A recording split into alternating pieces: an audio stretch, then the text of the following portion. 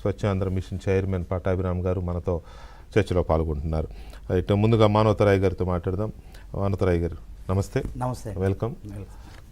ఈ కవిత్వం చదివాను కదా, మన కవిత్వం అంటే కవిత్వమే, అది అందులో డౌట్ లేదు. ధిక్కార స్వరం కష్టపడ్డారు, అది మీరు అనండి, కానీ నాకు నచ్చింది ఆ కవిత్వం అయితే నాకు నచ్చింది. కాకపోతే పాలకుల మీద రాసే కాళోజీ నారాయణరావు గారి స్టైల్, అది నా గొడవ చదివే ఉంటారు మీరు. సో ఇక్కడ కేటీఆర్ గారు రేవంత్ రెడ్డి గారు మొన్న హిట్లర్, ఆయన ఎక్కడా నేను హిట్లర్ నాకు ఆదర్శం అని అనలేదు.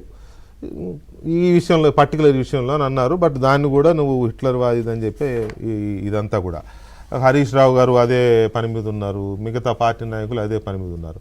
అసలు హిట్లర్ అనేది ఎందుకు అనాల్సి వచ్చింది ఒకటి మీరు క్లారిటీ ఇవ్వాలి. బీఆర్ఎస్ చేస్తున్న అటాక్ కానీ వాళ్ళ సోషల్ మీడియా చేస్తున్న ట్రోలింగ్కి కానీ మీరు ఇచ్చే సమాధానం ఏంటి? ఇప్పుడు కోతి కొబ్బరికాయ దొరికింది అనుకున్నారు పాపం వాళ్ళు. అసలే కళ్ళు తాగిన కోతులు లెక్క వాళ్ళు వ్యవహరిస్తున్నారు. మిమ్మల్ని ఎవడిమ్మన్నాడు కొబ్బరికాయ? నేను అదే అంటున్నా. అయితే వినండి. అయితే పాపం గురువింద గింజాట తన కింద నలుపు తెలుసుకోకుండా అంటే ఎదుటోళ్ళని ఎక్కిరించినట్టు వీళ్ళ కథ మొత్తం. కేటీఆర్ది కానీ వీళ్ళంతా కూడా. ఫస్ట్ మాజీ ముఖ్యమంత్రి గారు కేసీఆర్ గారు ఏమన్నాడో ఇందాక మీరు వినిపించారు. అన్యాయాన్ని, దుర్మార్గుల పాలట, రౌడీల పాలట, ఇట్లాంటి వాళ్ళ పాలట నేను హిట్లర్ని అయితే అన్నాడు. బరాబర్ అయితే వాళ్ళ తాత హిట్లర్కు మించిన తాత ఉంటే వాళ్ళ తాతనైతే అన్నాడు. ఇప్పుడు ఏమన్నారు? ఇప్పుడు రేవంత్ రెడ్డి గారు నీ విమర్శించబోయి వాళ్ళు గోతులో పడ్డట్టు అయింది, అంతే కదా. ఇప్పుడు అంటే మరి ఆయన ఏం చేస్తారు? మీరు ఆ రోజు కేసీఆర్ మీరు 2015లో అన్నారు, మరి కాంగ్రెస్ నాయకులు ఎవరన్నా ఎందుకు అన్నావు ఇట్లా ఎందుకు అన్నావు అని అడిగినరా? ఇవాళ మీకు విమర్శించడానికి చేతగాక రేవంత్ రెడ్డి మీద ఎక్కడ కూడా ఏ సంక్షేమ పథకంలో ఏలు పెట్టలేక రైతులు మీ వైపు రావట్లేదు కాబట్టి ప్రజలు రండి రండి అని రమ్మన్న వీళ్ళ వైపు పోరాటం చేయడానికి రావట్లేదు కాబట్టి ఇది మా గురించి కాదు వీళ్ళ అధికారం కోసం అని చెప్పి ప్రజలందరూ కూడా అనుకుంటున్నారు కాబట్టి ఇక దొరికిందిగా రేవంత్ రెడ్డి అనుకోని పాపం విమర్శించి రేవంత్ రెడ్డి యొక్క వ్యక్తిత్వాన్ని పెంచారు. కేసీఆర్ భాగవతం మొత్తం కూడా బయటపడింది. కాబట్టి ఎవరన్నా అనే ముందు 100కు 10 సార్లు ఆలోచించుకోవాలి. గతంలో మనం ఏమైనా అన్నామా? గతంలో ఏమన్నా ఈ విధంగా హిట్లర్ లాగా మాట్లాడినామా అనాలి. కానీ రేవంత్ రెడ్డి గారు ఏమన్నాడు?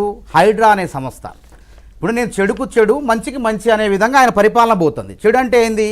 హైడ్రా దేనిపైన ఉంటుంది?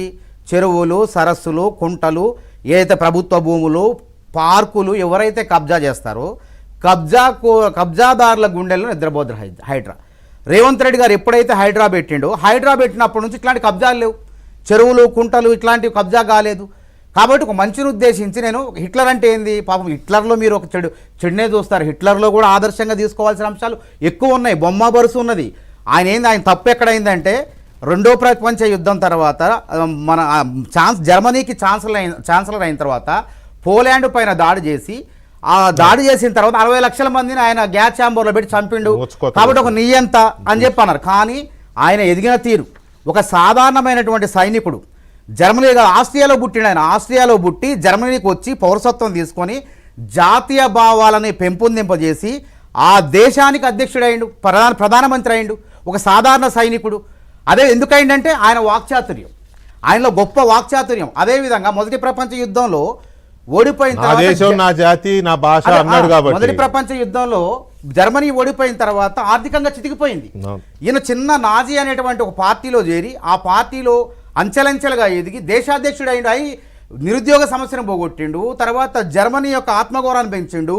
యూదులే కాదు ఆరులు కూడా గొప్పవాళ్ళని ఆ రోజు ఆ జాతీయ భావాలు నూరిపోసిండు అక్కడ జనాల్లో. చాలా మంది, లక్షలాది మంది ప్రభావితులయ్యారు. మన సుభాష్ చంద్రబోస్ గారు అంతే కదా, మరి సుభాష్ చంద్రబోస్ గారు కూడా అంతే కదా. కాబట్టి జర్మనీ అభివృద్ధికి, జర్మనీలో ఏర్పడినటువంటి ద్రవ్యోల్బణాన్ని నివారించడానికి ఛాన్సలర్ అయినటువంటి మరి హిట్లర్ తీసుకున్న నిర్ణయాలు కారణం. అందుకే దేశ యువత మొత్తం కూడా ఆదర్శంగా తీసుకుంది. 2వ ప్రపంచ యుద్ధంలో అన్ని దేశాలు ఏకమైపోయినాయి. కాబట్టి ఆయన ఏం చేసిండు? నేను రష్యా సైనికులు చిక్కొద్దు కాబట్టి ఏం చేయాలా? నేను చిక్కితే నా శవాన్ని, నా యొక్క భౌతికాయాన్ని దొరకనివ్వరు వాళ్ళు. కాబట్టి నేను నా యొక్క సొంతగా నేను ప్రాణం తీసుకుంటా అని ఆత్మహత్య చేసుకుంటా అని చెప్పి సైనైడ్ మింగిండు. తర్వాత కాల్చుకున్నాడు దగ్గరకు వస్తుంటే.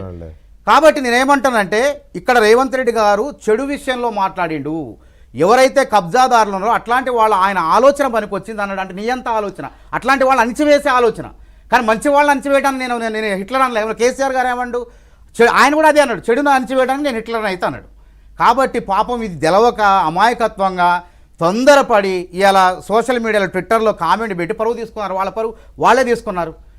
అమాయకత్వం అనుకోవాలా, అమాయకత్వం లేకపోతే ప్రజలు పాతే మర్చిపోతారనే ఒక వీళ్ళకి ఆరోపణలు చేయడం చేతగాటలేదు, విమర్శించడం చేతగాట. ఎందుకు జనాలు రావట్లే వీళ్ళకి. బాల్కా సుమనే చెప్పిండు కదా, బాల్కా సుమనే రైతులు పిలిస్తే నలుగురు ఐదుగురు ధర్నాలకు వస్తున్నారు, మొత్తం మనోళ్ళే ఉంటున్నాం, ఎవరు రావట్లేదు, మన దిక్కు చూసే విధంగా అందరు జనం మొత్తం మన వైపు చూసే విధంగా సంచలనంగా పోరాటం చేయాలా, మిలిటెంట్ ఉద్యమాలు చేయాలన్నాడు.